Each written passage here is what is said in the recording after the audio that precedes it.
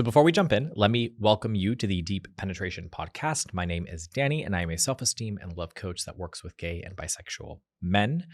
So make sure that you are subscribing to the podcast. And also, please make sure that you are subscribing to my other platforms. I have a YouTube channel. If maybe you're listening to this on YouTube or Spotify, not sure which one, TikTok, Instagram, all of that good stuff. So I'll provide you with the descriptions and the information down below. And yeah, I think it's worth it, in my opinion. So as you saw by the title of this video, I'm going to pull it up right over here too, just so we have it, just in case. Stop wasting your time on men that do not want to invest the time and the energy into getting to know you, right? And the reason why I decided to cover this topic is simple. It is a reoccurring theme in my one-on-one coaching sessions, and I have had the privilege of working with numerous clients who struggle in the dating and relationships and love department, right? Now that I say that, this sounds really weird. It's been my honor to help people who are struggling with dating and relationships. What I mean by that is I'm humbled and honored that people come to me because they trust me enough with a area of their life that they are struggling with. That sounds better. And more often than not, their struggle can be traced back to a common denominator, right? Chasing after men who simply are not capable of meeting their emotional needs. And maybe this is something that you've experienced yourself, right? So if I'm talking directly to you right now, do you continue to chase men who do not want to? And if this sounds familiar to you, if you've ever found yourself caught in the web of attraction to someone who just cannot or won't reciprocate your love and affection, then you'll definitely want to stick around and listen to the episode in its entirety, because today we are going to unpack why unavailable men hold such an allure, right? And more importantly, how you can break free from this pattern once and for all, because I think that that's the whole point of this, right? So here's what we're going to cover. The reason for why unavailable men are so attractive, the possible reasons you keep chasing unavailable men, and how to spot an emotionally unavailable man. So how to break the cycle and date emotionally available men is going to be the very end, the coup de grace, the cherry on top of the cake of emotional and personal development. So I just tapped that mic. I'm sorry. Did you hear that? Anyways, the reason unavailable men are so attractive. Let's start there. I think that this can vary from person to person, since every person has a subjective experience when dating based on your own personal preferences, right? So past experiences and just kind of overall goals that you may have. But there is this kind of overreaching theme I have identified from working with countless men who find themselves in this predicament. It's the mystery and the unpredictability, right? It's also very intoxicating because it gives you something to focus on and distract you from whatever you have going on in your life. The mystery that this person represents can be exciting because your brain loves a good puzzle. And if you can figure this one out, it would be super, super rewarding. If you are somebody who is a perfectionist, right, which, let's be real, most gay men are, same as bisexual men, then this person represents a challenge to you to overcome, an unclimbable mountain that you are going to be able to conquer. You will be the person who will change him and convince him that you were the person he's been looking for his entire life, right? Been there, done that. I've experienced that myself. That's why I'm talking about it. Unavailable men represent that kind of forbidden fruit that we shouldn't want, but we still desire. And I'm sure you've heard of the phrase, right? We want what we can't have. There are many reasons for this. the desire to overcome a challenge, validation and self-worth, social and cultural influences, and the list goes on and on and on. But the two that I feel ring true in this specific scenario are the scarcity principle and the fantasy and idealization, right? So if you've never heard or thought of either, let me try to break these down for you very quickly.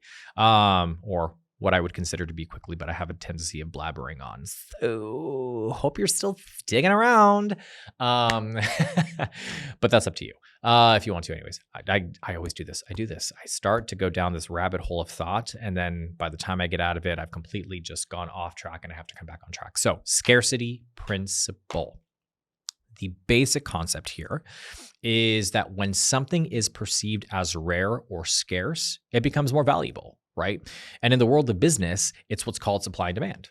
The less the supply, the higher the demand. So when it comes to dating, connecting with a man that is emotionally available, although some would argue that the dating pool is full of, emotionally unavailable men, and some would argue that the dating pool is full of them, you would still identify that person as valuable because it is something that you are not likely to get. The fantasy or the idealization, what that kind of breaks down to, right, is a fantasy is something that is made up of in your head, right?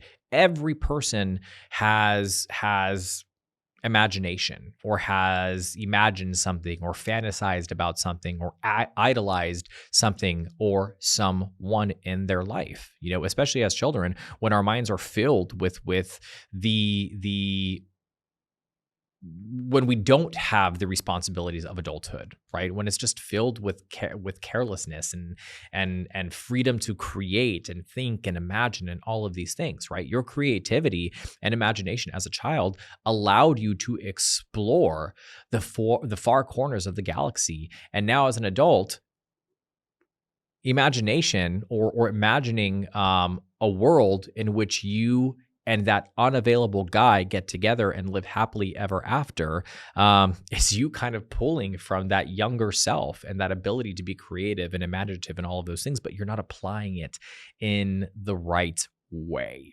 So by not possessing it or having familiarity with it, it allows us to imagine and fantasize all of the possibilities, right? So if you cannot have this guy, if you want this guy, but he's just not giving you the time of day, there is a part of that that feels like you've lost control or you don't have control of that situation. So where can you control a situation? In your mind.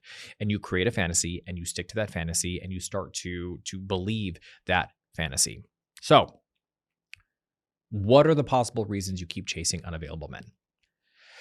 As gay and bisexual men, many of us grow up needing to suppress who we are so that we can preserve our self-identity or lack thereof, right?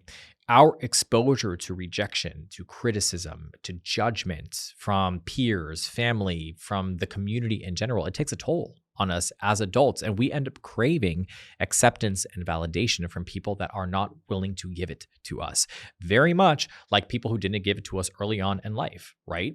Those early experiences lay the foundation for our attachment styles. So if you are someone who identifies as anxious or avoidant or a combination of the two, bringing awareness to its conception is the first step in unlearning patterns of behavior that may result in you chasing men that are not available, right?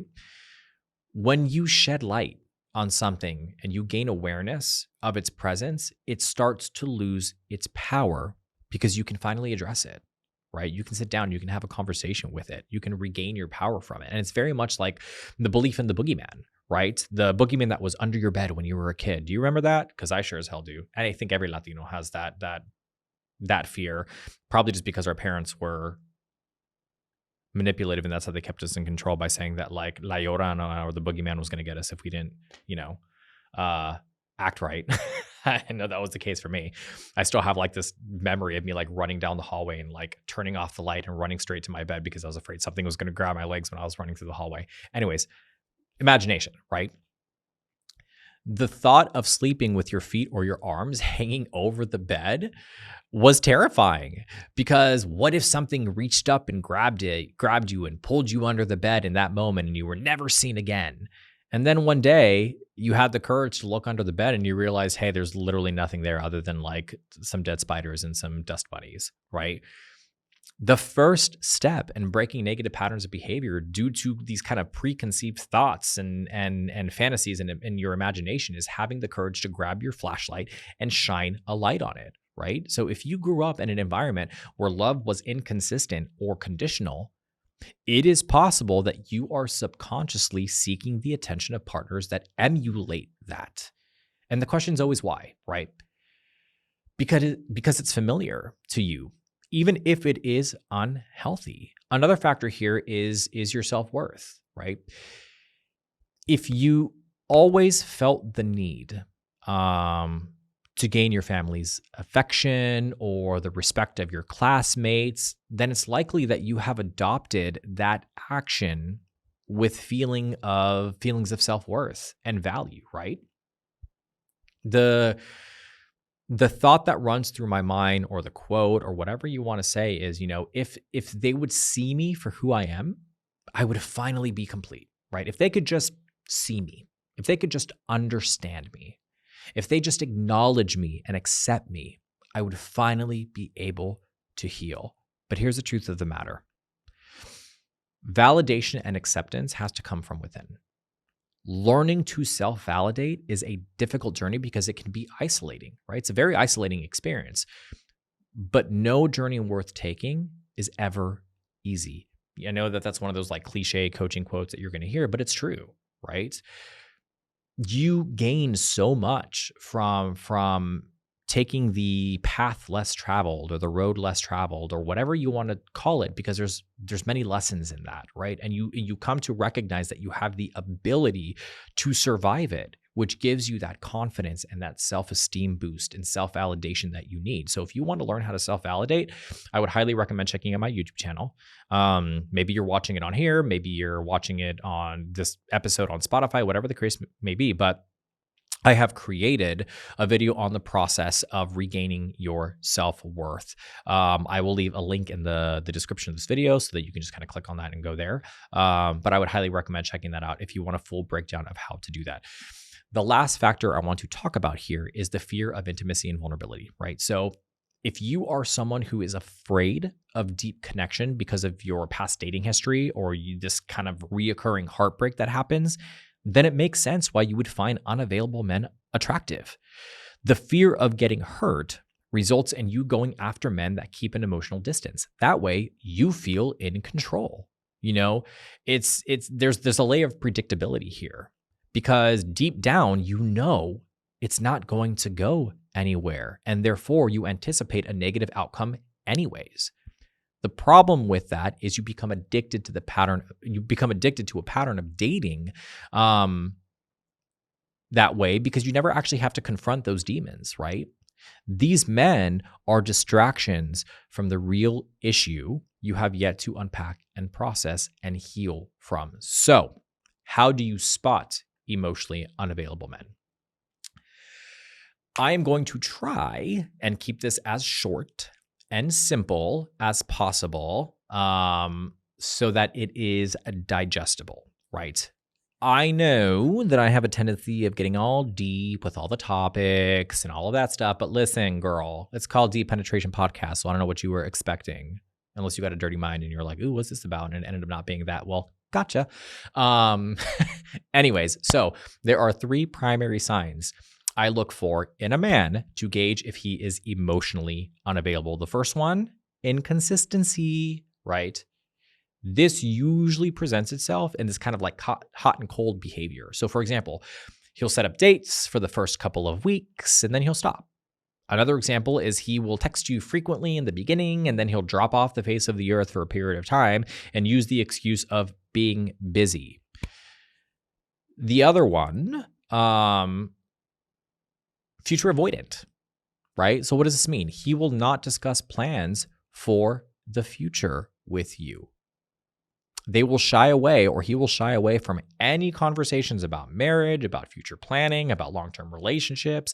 In fact, most emotionally unavailable men will be upfront from the beginning and say, hey, look, I am not ready for a relationship. And my rule of thumb in this type of situation is believe them.